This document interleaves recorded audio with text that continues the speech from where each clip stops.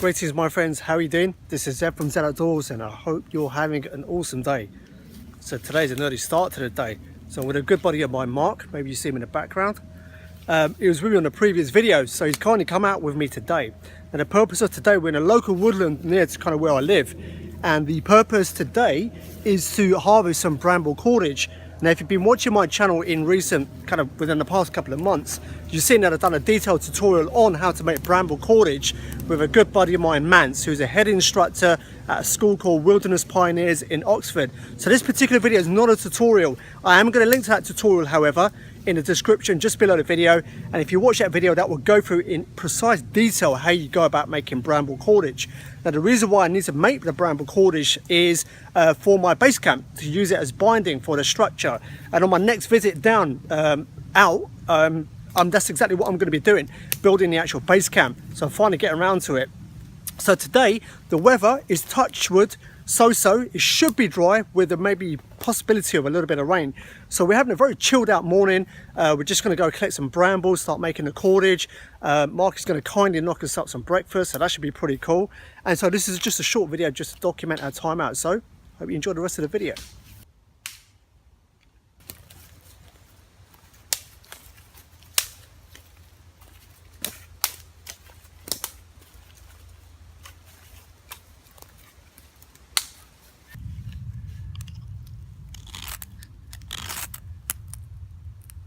Everything's quite damp here, isn't it? It is damp, but we will persevere. Here we go. Problem is you haven't got the power of the moustache, Mark. That's it. Once the moustache comes in, we're all good. A couple of thicker slavers.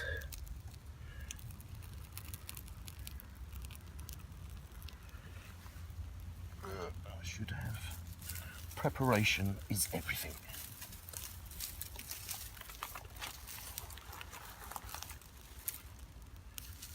A little bit extra.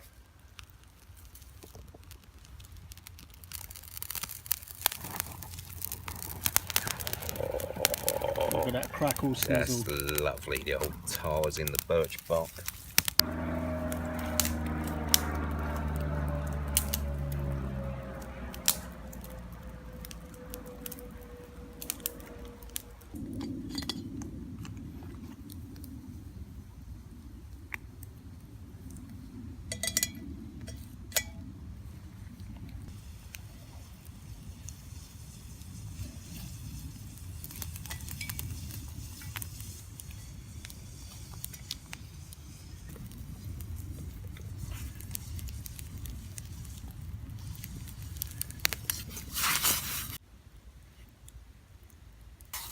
So we're supposed to be coming out doing bramble cordage, and every time I come up with Mark I'm getting treated.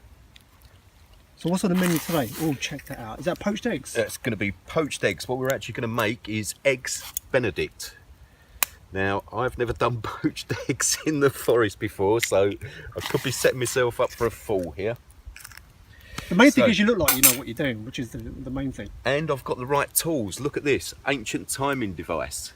When that is done, the eggs come out.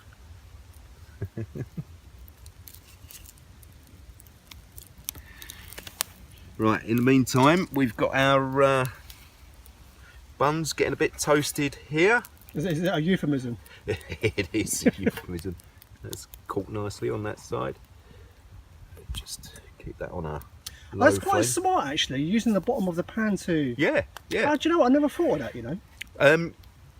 When you're toasting anything over the fire, obviously what you've got to take into account is what wood you're burning and what sort of smoke and soot that you're actually putting into your own food. Now, recent studies have actually shown that eating too much highly charred food, i.e. full of smoke, is not actually particularly good for you. So yeah, it's just a good way of like dry toasting your buns. So basically, is that your way of saying that us bushcrafters are going to die about 20 years early compared to the average population? Possibly. I mean, like all these things, they're like trends, like they come and go. But yeah, it's just a simple way. You know, why make things hard for yourself? I could make a toasting fork and sit here, you know, poking it over. But hey ho, we'll just give this a go. We're going to be using this pan for a couple of other things. Right, I need to think about start building this, because as soon as those eggs come out, we've got to quickly wilt down our spinach, warm up our salmon, nice bit of smoked salmon, hollandaise sauce. Mrs. Hollier spent all morning slaving over a hot pan with egg yolks, butter and lemon to make that stuff. Oh, no way. A big thank you to Mrs. Ollier. Yeah, hopefully it's not split by the time we get it out. Right. See, there's me talking about the charring. Look what I'm doing here. Right.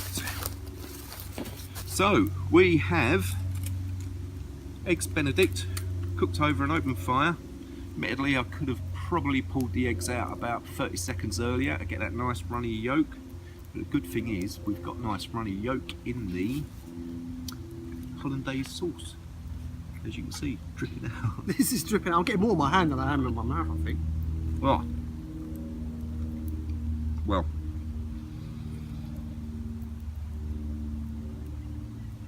Oh, wow. Yeah? That sauce has got a punch to it. I love it. Yeah, lemony punch. How did your wife make it? So, egg yolks, melted butter, and lemon, and just a little bit of salt and pepper in there. You just whisking continuously over the stove until it sort of like gets to a congealed consistency, and then rapidly cool the pan. Right. At the end with water. So, but I didn't make it. I watched what she was doing over the shoulder. But that's about as much as I can tell you. giving them moral support. Yeah. That's it. Go on, love, get in there. The thing about managing, it's worth the extra money to be a manager because it's so tiring. Well, Mark's missus, you done well with the sauce. It tastes lovely.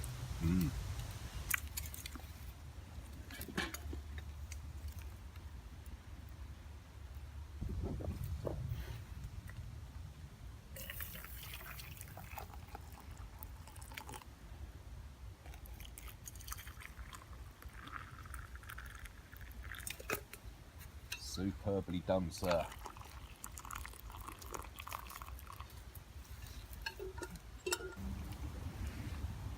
So I'll tell you what, it's been a hard morning, Mark. It's been hard work so far. That's it. Eggs Benedict, little fire. We need to do some work now, but that's it. What we're thinking is do a 5-hour power nap, and then we get up and packed up and go home. That's it. We are joking, but no, we just made a bit of a brew. We've got big cup, little cup scenario again. There you go. Cheers, Mark. Thank you for the breakfast. I'm inferior. Did a quick toast to those who can't get out for whatever reason. Here's a salute to you guys. Cheers. Cheers. That's a beautiful cup of tea there, Zed. Thank you. Yeah, I was trying to keep a straight face, but the smoke's going in my face. didn't work. I purposely sat in the smoke because I said, if you try to sit in the smoke, you know it's going to go away. That's it. It doesn't like the look of me, this smoke. It keeps following me everywhere. It happens. It happens. The smoke magnet.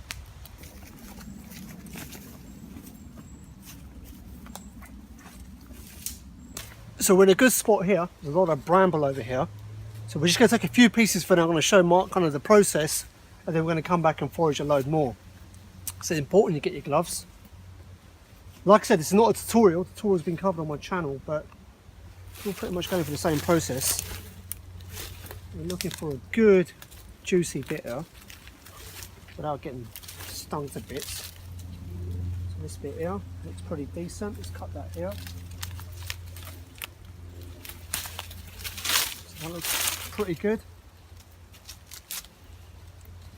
That looks quite a decent piece. So grab a few more of these and we'll head back to base camp.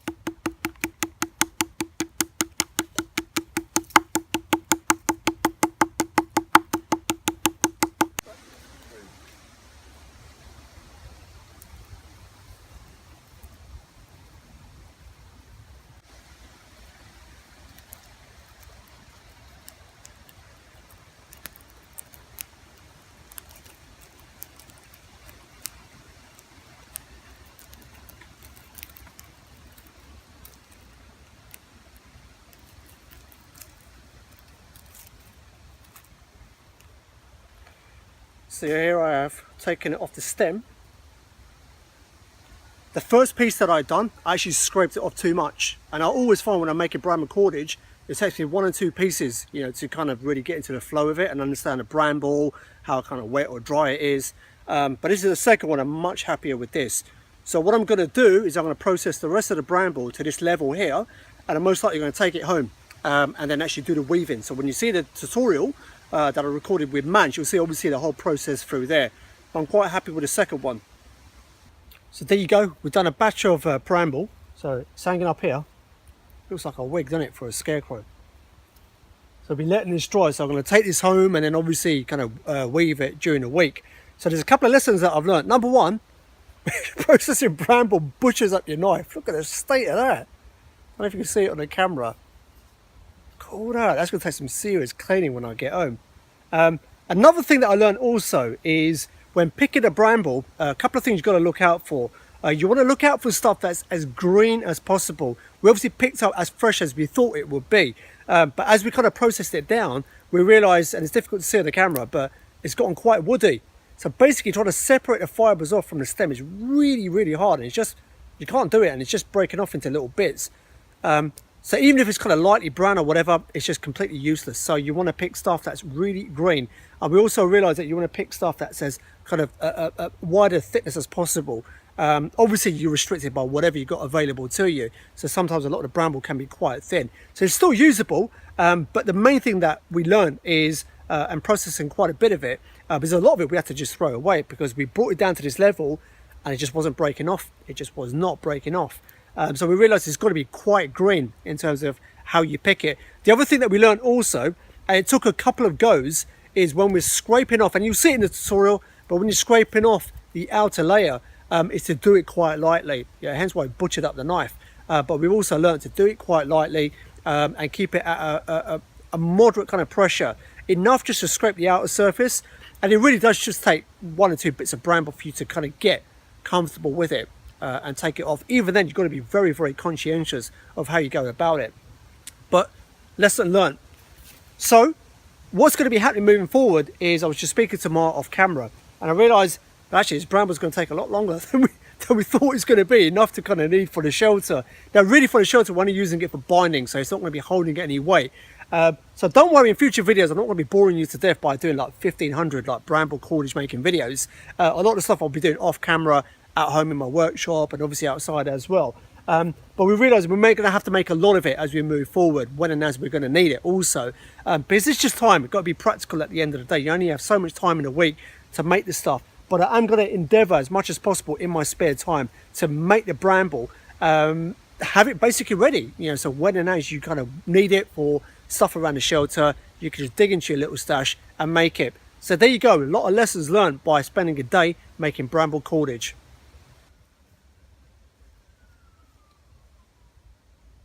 I wanted to take this opportunity to give a shout out to a good buddy of mine, BC Bushcraft, run by a gentleman called Dave, based out in beautiful Canada. Now he's got a great channel where he's out there in the wilderness in Canada, practicing a lot of skills and doing some great stuff while he's out there. He's a channel that I really enjoy watching. He's great at editing, he presents really well on camera, he's got a very laid back demeanour, and obviously he's in Canada. I mean, what's there not to like about filming in Canada, right? So what I'm going to do is I'm going to put a link below in the description to BC Bushcraft. It will mean the world to me. You go and check that out. If you like what you see, hit the subscribe button, let BC Bushcraft know that I sent you over. I personally think you're going to enjoy his channel just as much as I do. So link in the description, go and check him out.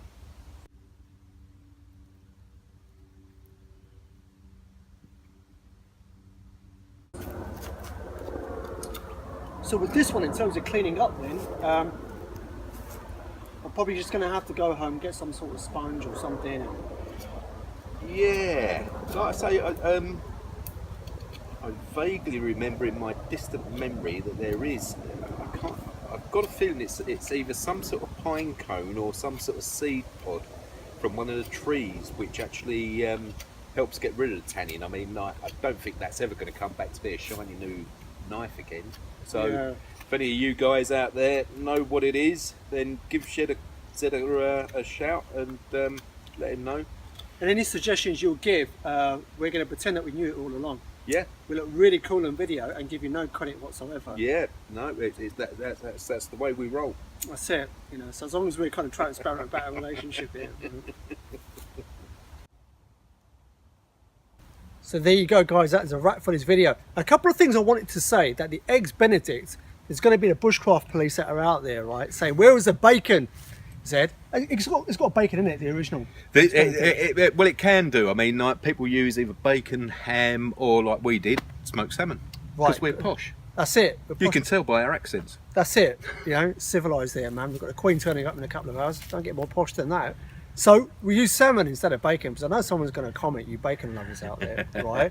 But that was seriously delightful. Thank you so much for that, Mark. No, it was a pleasure. It was a challenge. I mean, to even attempt to do poached eggs for the first time in the woods on camera, I think I need a round of applause. That's it. That's it. That's what it needs. He done really well. It tasted delicious. Yeah. I think I got more on my hands though than I did inside my mouth. Well, so that's what she said. But it was but no, seriously, that was really, really. Thank you to your wife as well. For, Well, she made a big jar of it, so it was just one of those things she was in the process of doing. And when I mentioned I was doing poached egg on toast, she went, "Are you sure?" I went, "No, I'm thinking about doing eggs Benedict. You're not using a shop bought sauce." So, no, in all seriousness, it tasted delicious. It really, really did.